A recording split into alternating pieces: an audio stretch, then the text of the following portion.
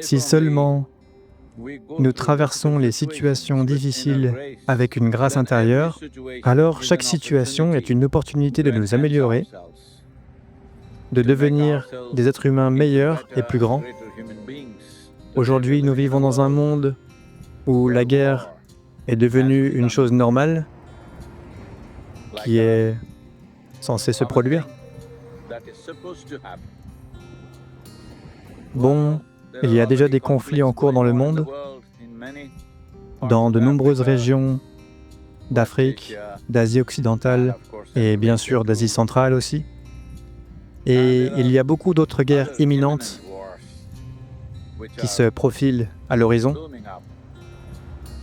Nous devons comprendre que la guerre n'est pas due à un certain conflit. S'il y a des conflits dans une société civilisée, il y a des façons de régler ces conflits de toutes sortes de manières. La guerre se produit essentiellement parce que nous avons engendré la haine. Nous sommes dans des états profonds de colère, d'angoisse, de ressentiment et de haine. Si les êtres humains n'apaisent pas ce sentiment dans leur cœur, les conflits vont se poursuivre. Avec l'armement moderne et la variété de technologies dont nous disposons, ça va flamber l'humanité. Ne nous engageons pas dans cette voie. Et pour ceux qui sont déjà dans des zones de conflit, je sais qu'il n'est pas entre leurs mains d'y mettre fin soudainement, mais efforçons-nous. Ne continuons pas à nous battre pour les injustices dont ont pu être victimes nos pères ou nos grands-pères.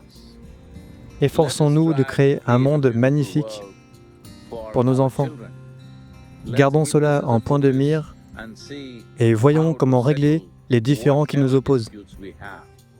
C'est possible si nous sommes prêts à changer le contexte de notre vie, à passer du règlement de compte pour les injustices qui ont pu se produire à la création d'un monde pacifique pour nous-mêmes et d'un monde merveilleux pour nos enfants et les générations futures.